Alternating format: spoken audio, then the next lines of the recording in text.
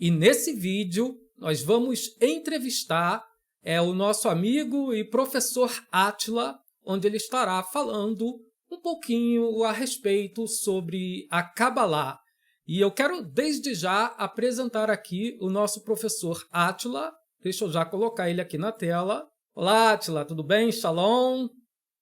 Olá, Marcelo. Shalom. Olá, pessoal. Tudo bem? Tudo bem, tudo bem. Então, Átila, vamos aí aprender um pouquinho de Kabbalah? Está preparado para as perguntas? Sim. Estou preparado e é uma honra muito grande estar com você aqui hoje para a gente poder falar um pouquinho sobre esse tema tão importante que é a Kabbalah e desmistificar muita coisa que as pessoas falam aí, muitos sofismas. Eu acredito que a gente vai conseguir desmistificar nessa gravação. Sim. O Átila é uma pessoa que eu já conheço há algum tempo, há bastante tempo, na verdade, né? Aí uma caminhada aí, né? Conhecimento virtual, né? A gente conhece apenas pela internet, mas a gente estuda sempre junto, está aprendendo junto, então um amigo de estudos, um amigo aí, né? Que nós vamos caminhar. E não só amigo, é o professor também, né? Um professor aí de teologia, de Kabbalah, né? Um grande conhecimento, e ele vai trazer um pouquinho do conhecimento aqui hoje, né? Não dá para trazer muito, mas hoje ele vai estar trazendo um pouquinho desse conhecimento aqui relacionado à Kabbalah. Então, eu quero já fazer uma pergunta para o Átila. Deixa eu pegar aqui a minha colinha. Átila, você poderia nos dar uma definição simples e acessível do que é a Kabbalah? O que é a Kabbalah, afinal? Olá, pessoal. Mais uma vez, é um prazer estar aqui com você, Marcelo. Como o Marcelo falou aí, já são mais de 2 décadas, né, de estudo aí sobre Torá, judaísmo, Kabbalah. E vamos definir um pouquinho sobre o que é a Kabbalah. A Kabbalah ela vem do termo hebraico lekabel, que quer dizer receber. Então, a Kabbalah ela traz uma conotação do recebimento, no recebimento e também do compartilhamento. O que seria isso? Segundo a Kabbalah, nós temos a incumbência dada pelo Criador de estar não só recebendo, mas também compartilhando aquilo que temos. Essa é uma das principais premissas da Kabbalah.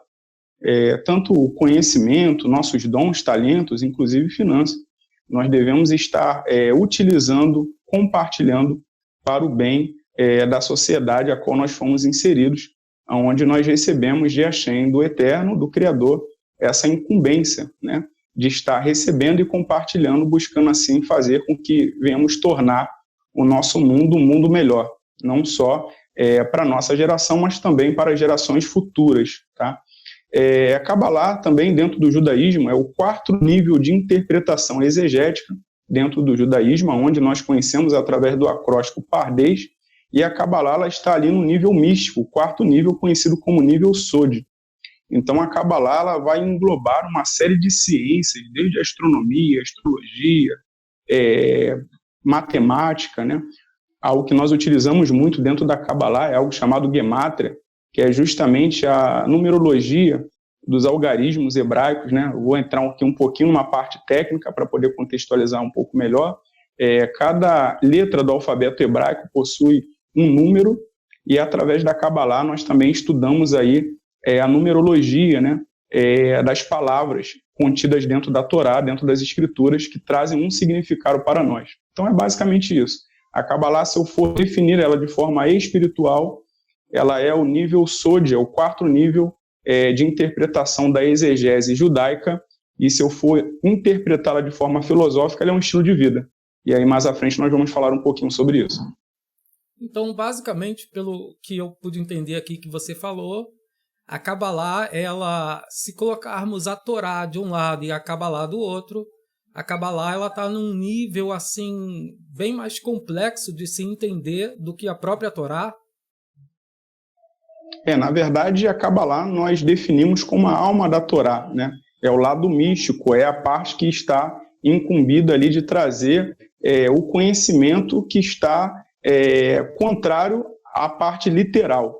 né? A Kabbalah ela se propõe a estudar aquilo que o literal não se propõe a estudar, ou seja, aquilo que nós devemos buscar dentro de uma interpretação mais profunda, aquilo que está oculto por detrás do texto, aquilo que, na verdade, uma pessoa que vai simplesmente ler, como ler um jornal, ela não vai conseguir descobrir. Então, a Kabbalah ela é o lado místico da Torá, ela é a alma da Torá. Ela é justamente aquilo que está ocultado aos olhos naturais, né? A Kabbalah, como nós falamos de misticismo, né? Vamos começar já a quebrar aí alguns sofismas. Muitas pessoas têm essa palavra aí dentro de alguns segmentos religiosos como algo que traz um escândalo, né? Misticismo é algo ruim. Não, misticismo, na verdade, é aquilo que contrapõe ao material, ao natural. Quando nós falamos de místico, nós estamos falando de algo que é espiritual, né? E dentro de toda a Bíblia Sagrada, né? Aí dentro de toda a Torá, nós também vemos aí diversos apontamentos místicos, né? Elementos que são utilizados, né? Com ordem do próprio Eterno para poder estar trazendo o espiritual para o convívio das pessoas. Então, toda essa contextualização ela é inserida dentro daquilo que nós acreditamos como a Kabbalah, que é o lado místico, o lado espiritual da interpretação da Torá. Entendido. Então, vamos aqui para uma próxima pergunta. Qual é a origem, professor Átila, qual a origem histórica da Kabbalah e como que a Kabbalah ela evoluiu ao longo dos anos?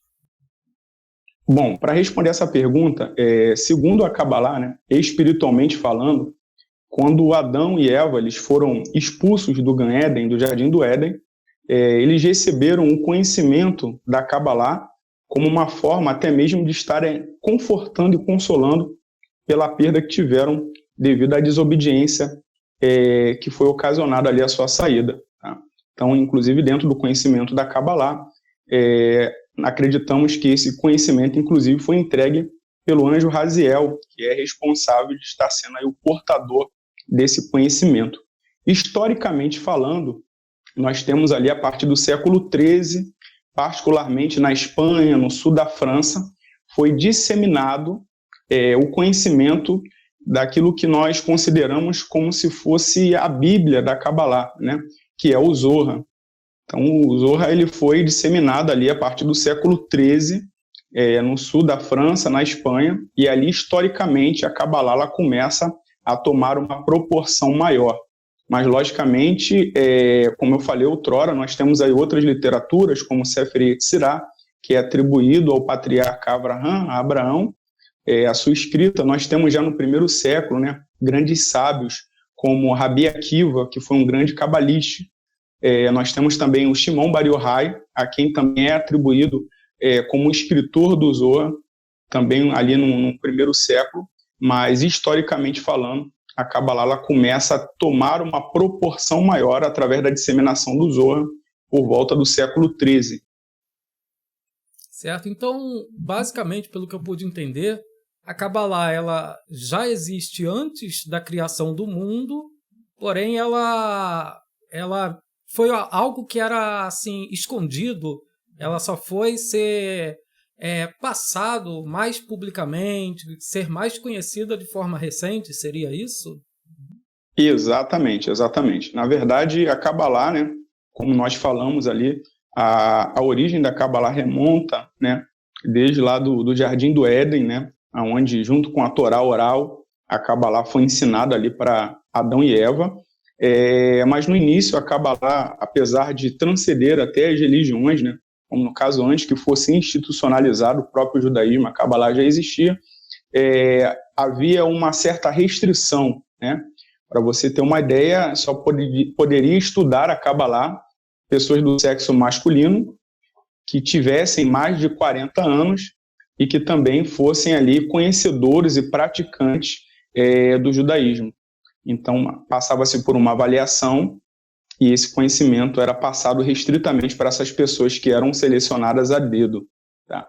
E aí nós tivemos ali, em 1534, o nascimento de Isaac Luria, né, o Ari, que é aí um grande cabalista que foi responsável em remover esse decreto rabínico, né, na verdade, e conseguiu aí fazer com que, a partir do seu nascimento, né, do seu desenvolvimento ali como cabalista, ele foi responsável e fazer com que, a partir dali, a Kabbalah ela fosse aberta para ser estudada para todas as pessoas, sem restrição de idade, de religião, de nenhum dogma. A Kabbalah hoje ela é aberta para aqueles que querem, se interessam em aprender um pouco mais, né, das escrituras, do lado místico, do lado mais profundo, né, da interpretação da Torá. A Kabbalah hoje é aberta para todos. Certo, certo. Bom, vamos então aqui para mais uma pergunta. Como que alguém pode começar a estudar a Kabbalah? Existe algum pré-requisito ou ela é aberta para qualquer pessoa? Qualquer pessoa pode chegar e falar, eu quero estudar Kabbalah, ou existe algum pré-requisito? Qual é o passo para se dar para poder estudar a Kabbalah? Bom, Marcelo, a Kabbalah, com uma sabedoria, ela, de fato, houve aí alguns desajustes, né, no meio do caminho em relação à sua disseminação, né? Isso é fato, assim como qualquer segmento, seja religioso, filosófico, houve ali algumas distorções, né, de pessoas que utilizaram da sabedoria cabalística para utilizá-la, né, em algumas linhas aí que não são muito aconselháveis, né? Nós sempre costumamos dizer que a Kabbalah ela deve ser estudada por alguém, primeiro que tenha um conhecimento, né, das escrituras, que já conheça a Torá, basicamente tem ali um tempo de estudo mínimo, pelo menos aí eu vou colocar aqui 1 ano de leitura, né, das parashiot, que são as porções da Torá, tem um conhecimento básico ali mínimo da Torá, para que ela possa começar a se aprofundar um pouco mais, né? Assim como fisicamente falando, nós não podemos pegar uma criança recém-nascida e dar um alimento muito sólido a ela, a gente precisa iniciar ali com um alimento como um leite materno, para que após o seu desenvolvimento ela consiga ingerir alimentos mais sólidos. Assim também funciona com a Kabbalah. Apesar de hoje ela ser aberta para que qualquer pessoa possa estudar, é sempre recomendável que essa pessoa ela inicie estudando as escrituras, ela tenha um conhecimento básico de Torá, para que assim ela possa buscar se aprofundar um pouco mais dentro da Kabbalah.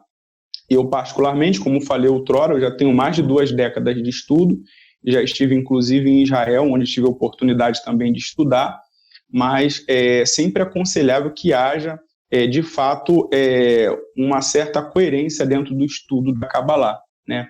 Infelizmente, algumas pessoas utilizaram, né, a Kabbalah e acabaram fazendo aí um sincretismo, né, com alguns lados esotéricos, com a própria Kabbalah prática, com o próprio Isaac Luria, né, o Ari, a quem eu citei, que nasceu aí em 1534 e foi responsável por essa disseminação, né, dessa autorização para que fosse disseminada a Kabbalah para todos. Ele aconselha para que não nos envolvêssemos dentro de um lado mais de Kabbalah prática, dentro de uma conotação que fugisse ali do nosso, como eu posso dizer, do nosso nível de maturidade.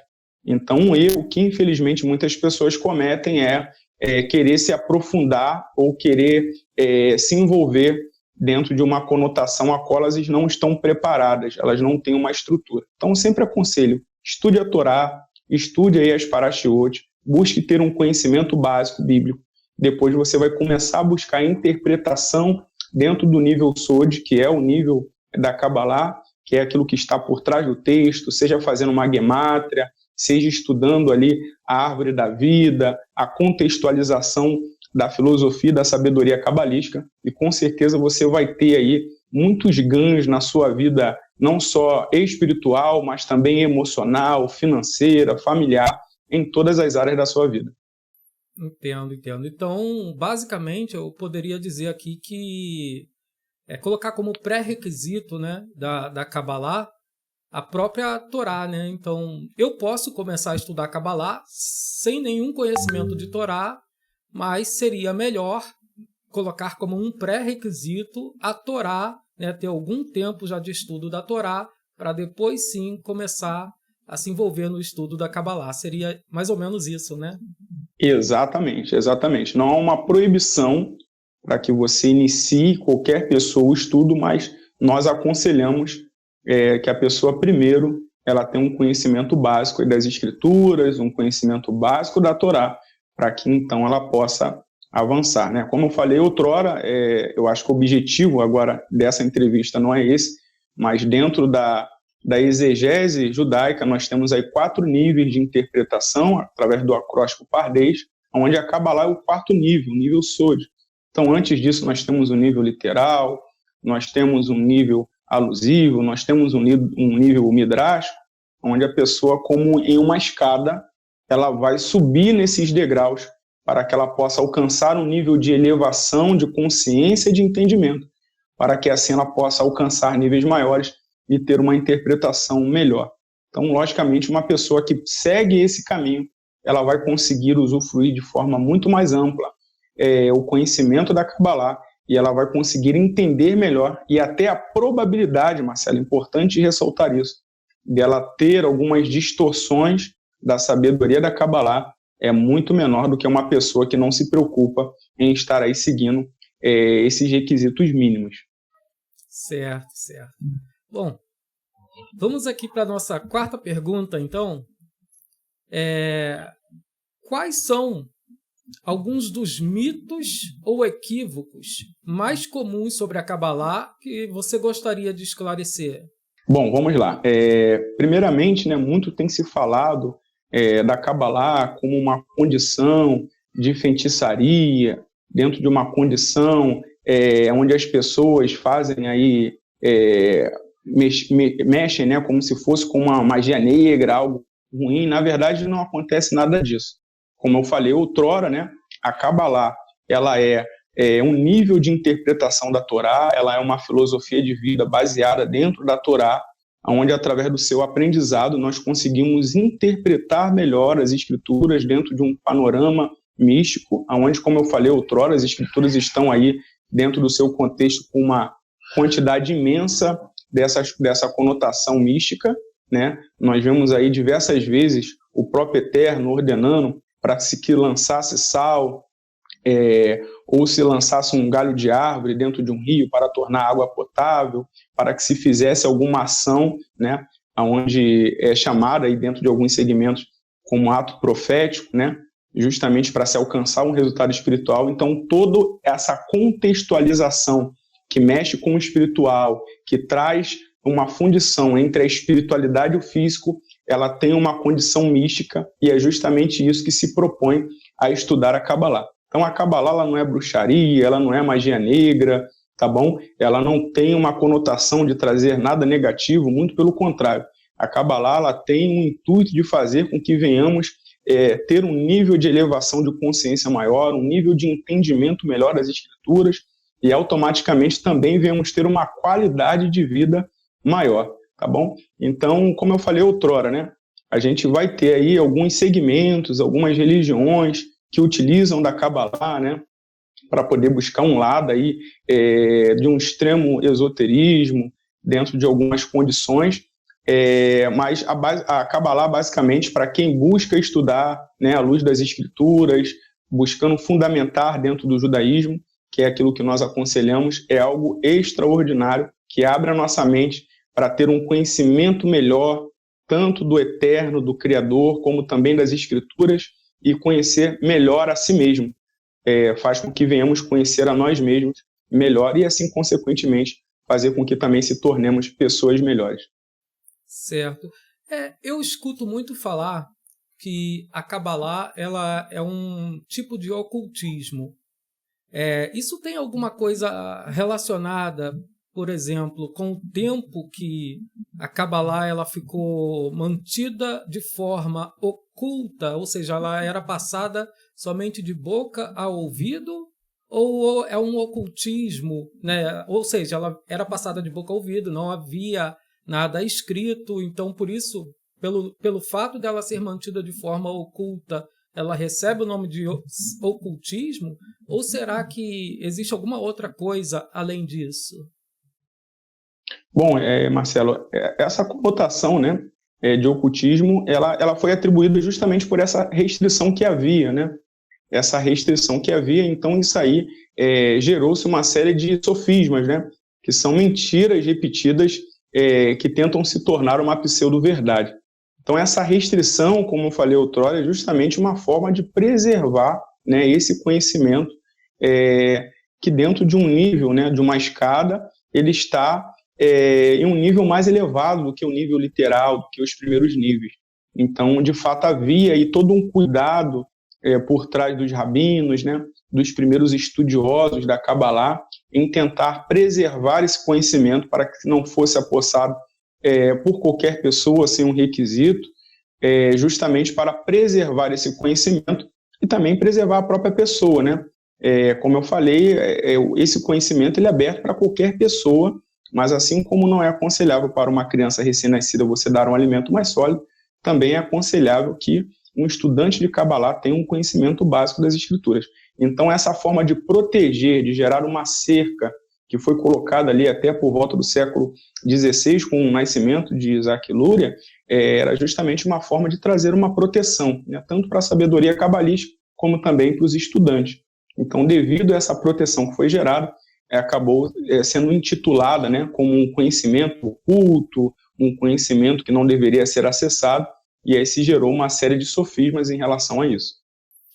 Falando nisso, você comentou aí também sobre antigamente, né, na Torá, nós vamos ver que Moisés ele jogou, né, ele tocou nas águas de Mará, e as águas que eram amargas, elas se tornaram águas potáveis, né? Isso era um tipo de... Tem alguma relação com a Kabbalah? Exato.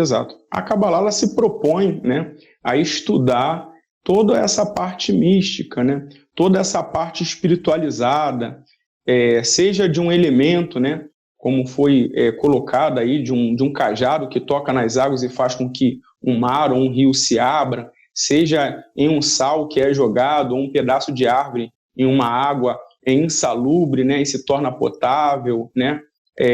Toda essa contextualização bíblica em relação a esses atos proféticos, essa junção de elementos aí, como a própria conotação da interpretação, né, da gemátria, da numerologia, né, matemática, das letras hebraicas, tudo isso aí envolve, né, a Kabbalah, a própria astronomia, né, que também muita gente aí tem a parte da astronomia, da astrologia como algo satânico, como algo ruim, e na verdade tudo foi criado pelo Eterno, pelo Criador.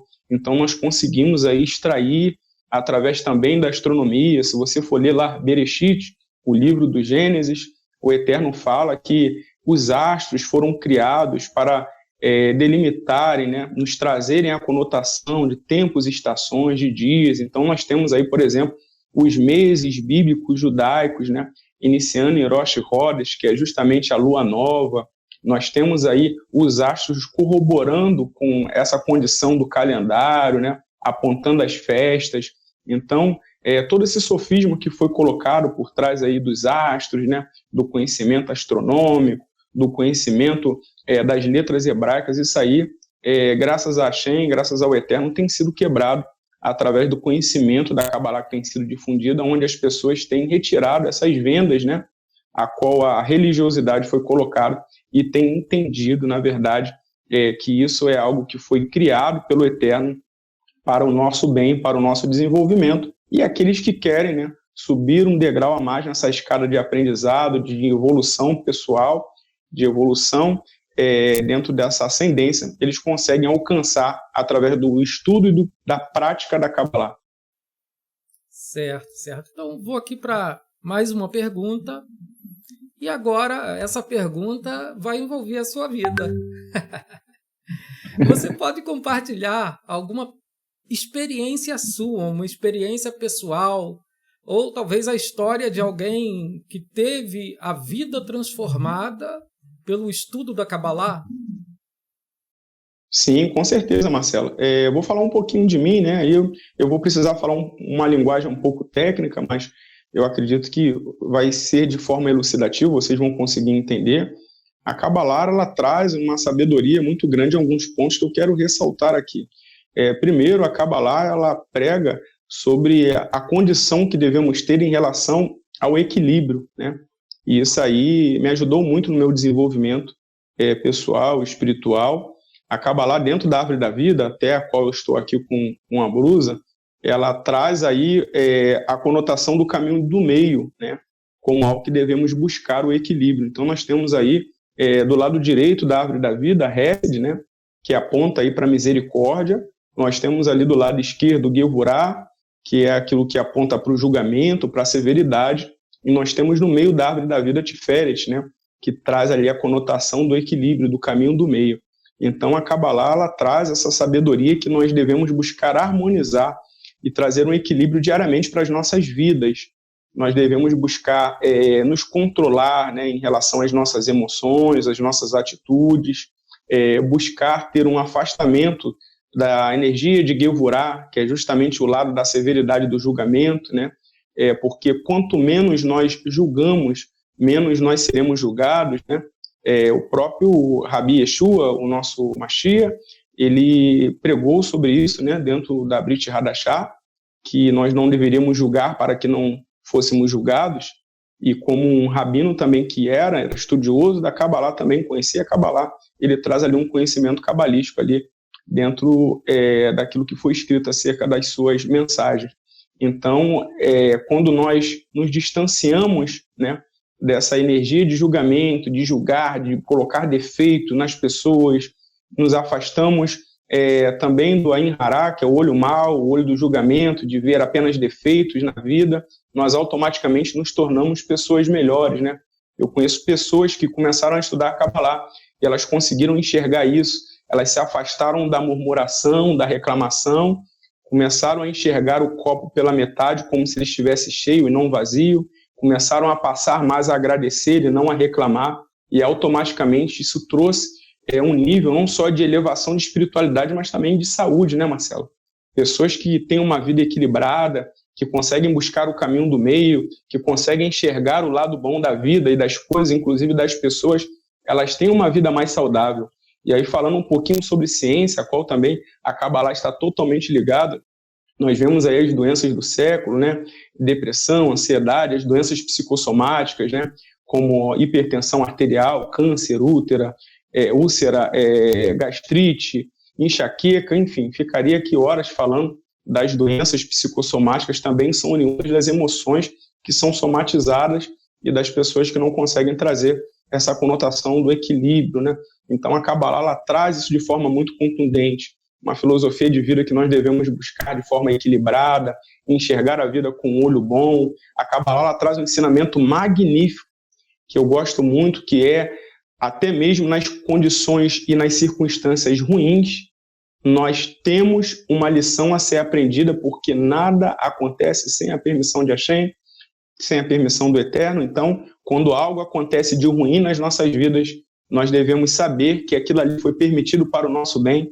Muitas das vezes nós não entendemos isso, mas toda circunstância negativa que se levanta contra as nossas vidas, ela tem um fator pedagógico, ela tem uma lição para nos ensinar e ela serve como uma mola impulsionadora para nos fazer crescer. Então, muitas pessoas se deparam com um problema, elas ficam afligidas por aquele problema, elas entram num estado emocional desequilibrado, elas se afundam e não conseguem ter aí esse feeling, não conseguem enxergar que esses problemas foram permitidos para a evolução, para o crescimento, para um aprendizado, para um fator pedagógico, para que elas se tornem pessoas melhores. Então, quando nós aplicamos isso na nossa vida muda. Nós conseguimos ser pessoas mais equilibradas, aproveitar melhor as oportunidades, melhora o nosso relacionamento, porque à medida que nós passamos a olhar mais as qualidades do que o defeito das pessoas que estão ao nosso redor, e isso inclusive é aplicado dentro do nosso lar.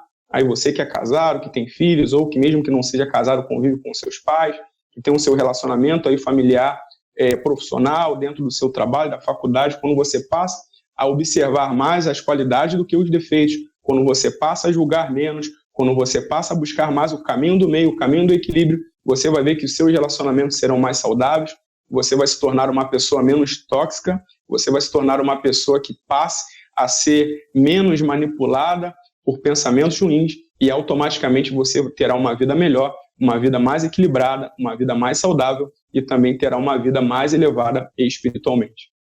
Perfeito, perfeito. Agora uma dúvida que eu fiquei aqui.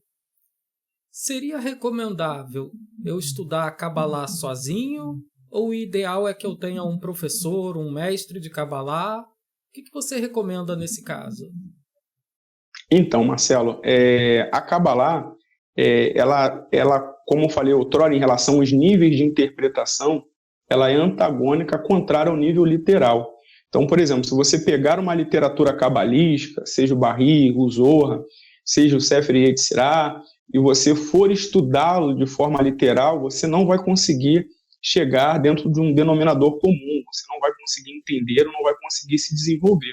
Porque a Kabbalah, ela tem, até mesmo dentro da sua literatura, um conhecimento que não é literal.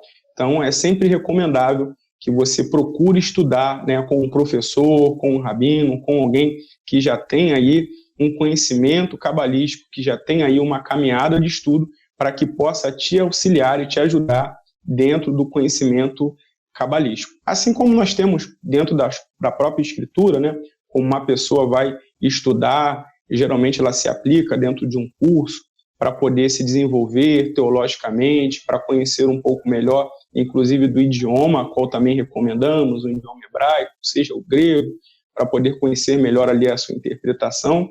A Kabbalah também não foge dessa premissa.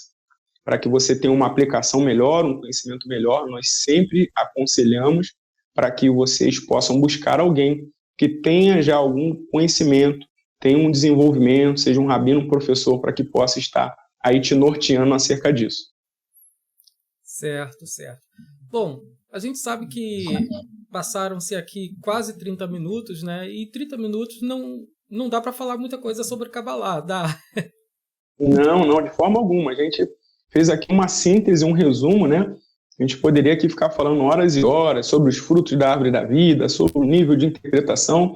Como eu falei outrora, a Kabbalah é algo fascinante, que ela envolve várias ciências, né? Ela envolve matemática, ela envolve antropologia, ela envolve física, ela envolve astronomia, astrologia, exegese, idiomas, enfim. Ela é muito abrangente, ela é muito rica.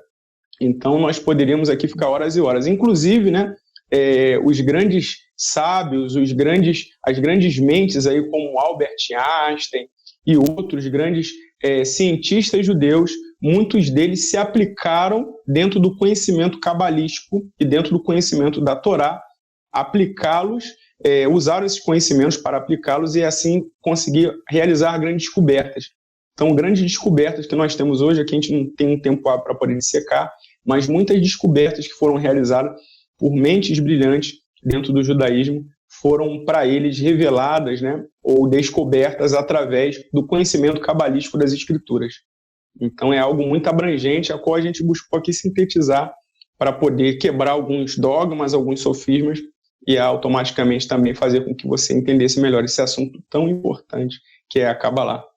Muito bom, muito bom. Mas eu tenho certeza que ainda vai ficar algumas dúvidas, né? Alguém que possa assistir esse vídeo vai ficar com alguma dúvida. Existe alguma forma da pessoa estar tirando essa dúvida contigo? Algum contato?